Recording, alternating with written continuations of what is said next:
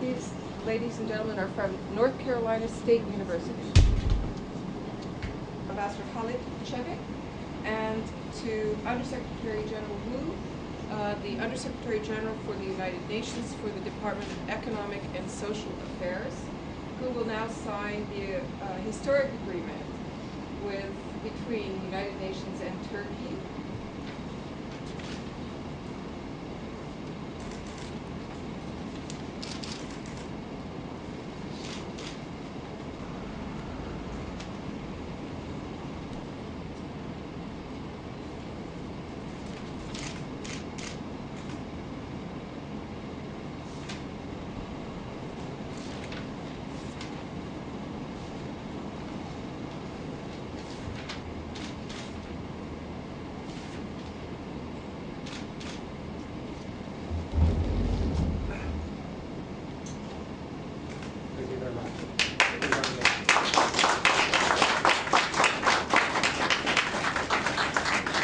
Today is a very important moment that we, and Ambassador and me, signed a very important agreement. It's called a host country agreement.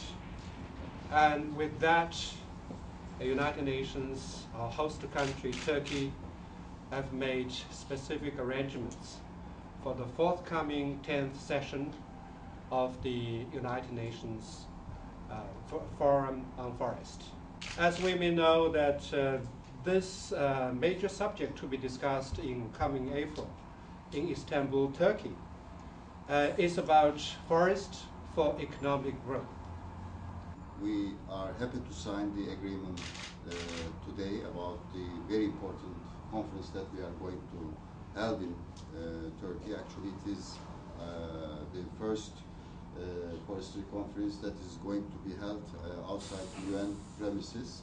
We are proud to be part of this activity. It is also a proof of our deep commitment to the issues that are of common interest to us.